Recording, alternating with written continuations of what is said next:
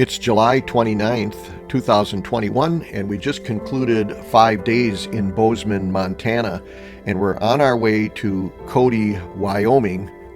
After about 3 days in Cody, then we'll be heading over to Buffalo, Wyoming, and at that time we're going to be driving through some 7 and 8% grades. So I figured, hey Mark, you better check to see if your supplemental brake system on your Honda is in fact working.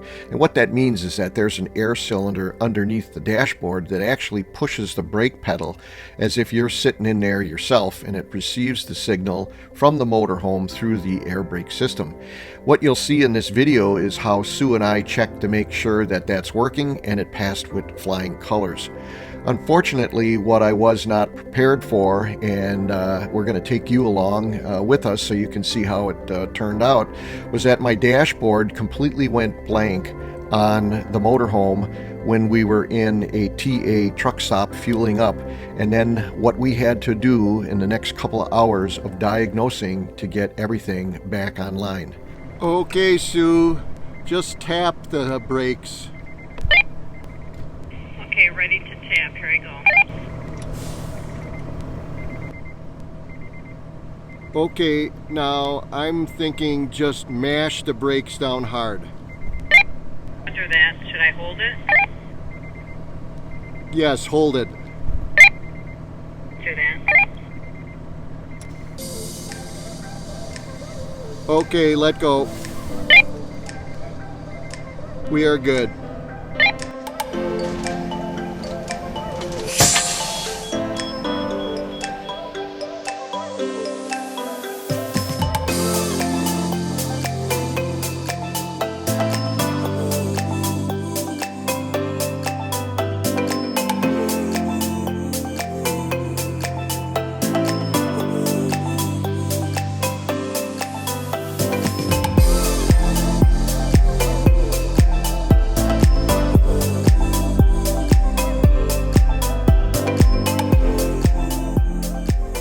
So this wrapped up our stay at the Bear Canyon Campground in Bozeman, Montana. About 3 years ago, we stayed in Bozeman, and we stumbled across a great hot springs complex called the Bozeman Hot Springs, and it was so awesome that we wanted to experience it again. And since we were driving literally right by it on our way to the Mount Rushmore, South Dakota area, why not stop? So here's the proverbial 50-foot merging ramp with a 65-foot motorhome. So you better be standing on it to get going. Finding fuel stops has been a little bit more challenging as we've been traveling out west here. So we were happy when we found this TA truck stop. I do get the best overall discounted savings at TA. Turns out on this one, because we're in Montana, my savings was only ultimately 17 cents per gallon off the pump price, but that's certainly better than a sharp stick in the eye. What you're going to see here coming up here is the disappointment on my face and knowing what I'm getting into when I get this beep and I get this message on my dashboard when I start the rig up to move it out of the fueling lanes.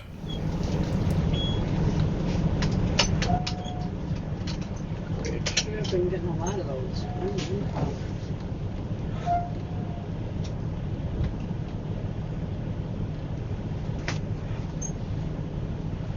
Comfortable. Got a check engine light. Great. You do have a check engine light?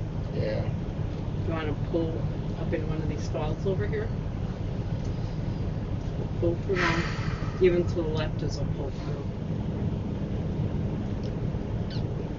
So go to the right, or go to the left, even to the left is pull through. Yeah.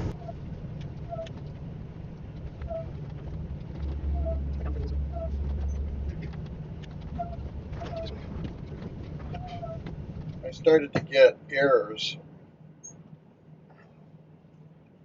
I didn't tell you about it because I was waiting to see if it would calm down. But see, like right now I have no gauges. Again, this whole scenario. Yeah.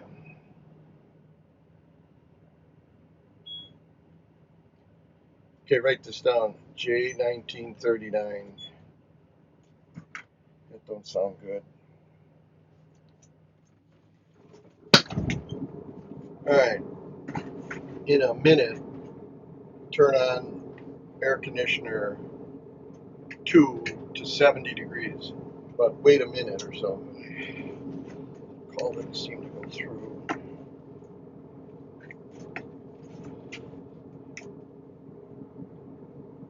I got no service here. Do you? I'll try. What's the number? Diamond Trucks Customer Assistance Center. Your call may be monitored or recorded for quality assurance. I was wondering if you could help me. I'm in a 2014 Dutch Star Motorhome with a Freightliner 9-liter diesel, and I just got the no data J1939 check engine error code, and all my gauges went dead. Usually happens with that is it was communication with the engine. The only thing I can tell you to try doing is shutting off your battery disconnect at the rear of the coach and leaving it off for about 10-15 minutes. Let it do a hard reset because it could have been a glitch in the J1939 data bus where it lost that communication. Allow that to let it model's power down, then switch it back on and see if that message clears and if the gauges come back online for you. Okay, so let me repeat what I thought I heard. So I'll go back in the battery compartment back by the engine, and there's that big red dial, which I've never turned off. And I'll turn that off. I'll wait 15 minutes and then switch it back on, make the sign of the cross, start the engine, and hope my gauges come back. I can tell you this, that about 2 years ago I was at Gaffney Freightliner, and they did take apart that big bulkhead fitting that's above the transmission in the back there, and when they opened it up there was some sand in it, and they cleaned it out, and the guy put some new pins in and plugged it back together, and everything was great. Last year I was in Gaffney, I had them open it up and look at it, and it was still okay. So, I've had this in the past where my dash goes empty and then it comes back on me miraculously, but this is the first time we stopped at a TA to fuel up, and it did, and it hasn't done it, in 2 years, and so now it popped up again. So let's assume that doesn't work, and so that would mean that just the gauges aren't reporting, but theoretically everything's okay, right? Yes, sir. Yes, but what it is, it's lost the communication, so it's not able to tell the gauges. This is what I'm seeing with pressure, temperature, RPMs, mileage, and everything. But yes, everything should be working, but that's what's happened. It's lost the communication, so it's dropped the gauges out. I can go back and do that 15-minute thing. So if that doesn't work, what should I do? How should I proceed now? I'm full-time RV, so this problem I can't just erase by, going home and parking it. And next steps will be taking it to a dealer, have them address it, look at it. They'd have to check the resistance on the J1939 and run troubleshooting on that data bus. We're going to be in Cody, Wyoming. Is there anything even remotely close in that area? Yeah, I guess we could go up to Billings.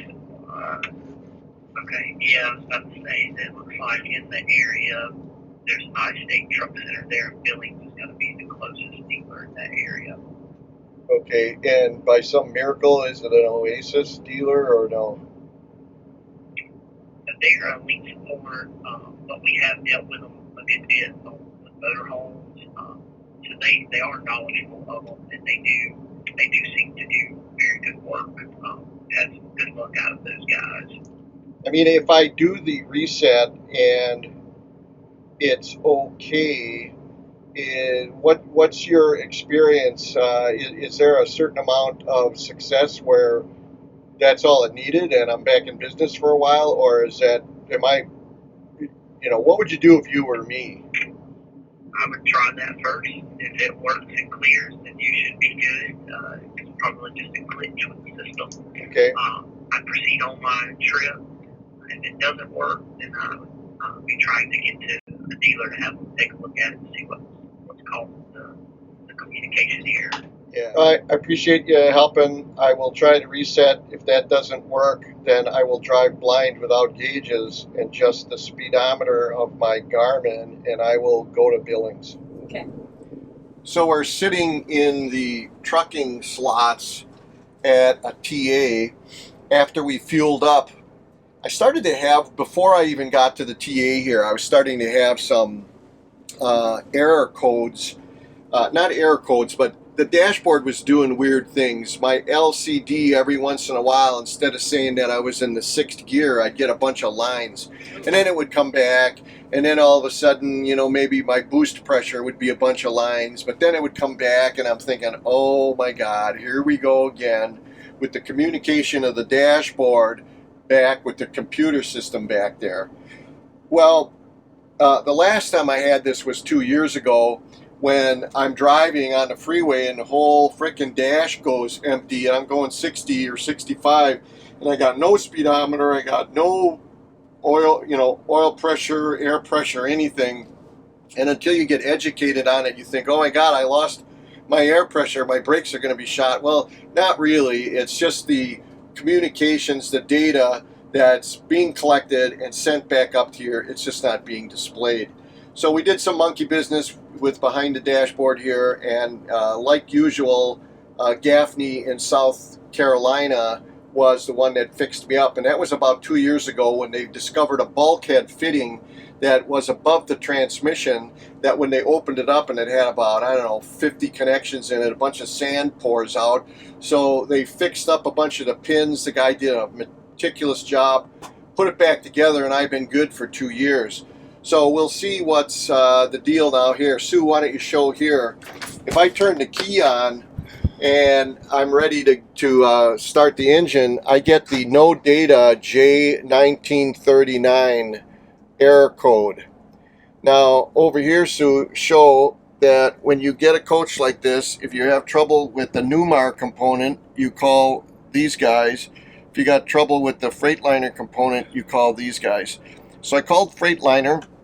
And you always want to be ready with your data for your rig so that you can give them your VIN number and your model number and all sorts of stuff like that. And they basically told me to go back and reboot the computer by turning off the master salesman switch in the back that disables all the battery power. Let it sit for about 15 minutes. I don't know about you, but I never felt like Clint Eastwood. So I don't feel real lucky. I'm thinking I'm going to turn it off and turn it on. And if I still have the error, then we have a choice. We either, we got a weird choice now, because if it's okay, we're going to be driving into an area that has even less and less dealers to fix this. We're heading to Cody. Yeah. So Cody, Wyoming. So in the next half an hour, we're going to decide if we should continue on with our trip and go to Cody, Wyoming, or if we got to go to Billings and try to weasel in and have somebody look at this thing. So I feel lucky. This is the part of RVing that kind of sucks the big one. Yeah. Can you say that? Yeah, SBO sucks the big one. All right, let's go turn it off. Let's go check. All right, here we go. All right, and I'm almost thinking I should not even have the generator running. Okay. Yeah, we had the generator on because it's really hot here, and well, of course it is. Yeah, it couldn't be cool, So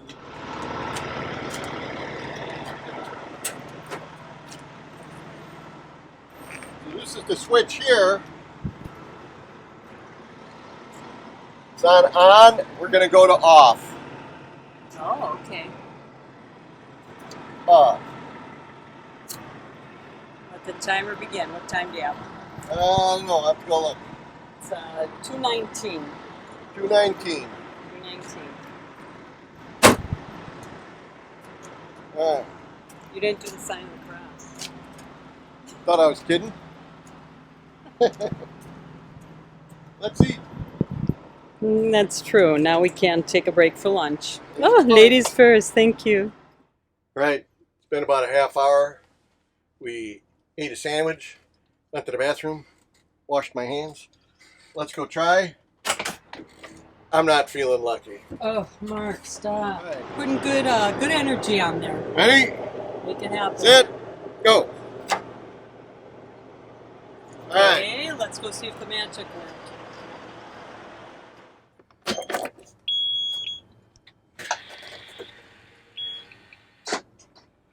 All right, so far all that looks normal. All my gauges came back.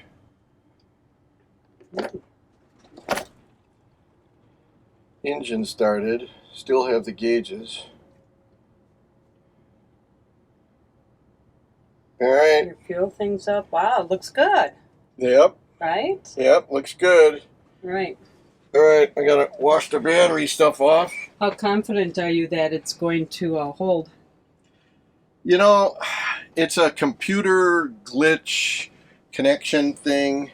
If it's a computer glitch thing, fine. But I'm thinking it's a connection thing because I had that failure with that fitting back there. So, you know, if we can't get back to Milwaukee without this happening a few times, then maybe I'll have to try to have it fixed in Milwaukee. And we know how good that worked last time I went. That was not good. My question then is, do you still want to go to Cody? Because we need to go over the mountain to get to Buffalo.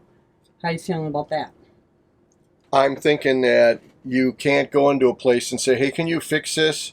It's not broke, but fix it anyways. No, I mean just confidence that, confidence like we're going to be through an area where there's really not much. We're going up over 9,000 feet. Yeah, but what Nobody's do I do? Around. Or do we stay on I-90 and just head around to Buffalo? To Billings and Buffalo. That way we're on the interstate the whole time. Something to think about. Yeah, I don't think we can. We're coming into a weekend. We're coming into bike week. All right, we're going to talk. So Sue and I did talk about it, and obviously we decided to continue on. The weekend was coming up upon us, and then the weekend following that was actually going to be the beginning of Bike Week in Sturgis. So whatever reservations we had, we were lucky to have, and we certainly wanted to keep them. The trip you see on screen here is not really to Cody, it's actually on the way to Buffalo.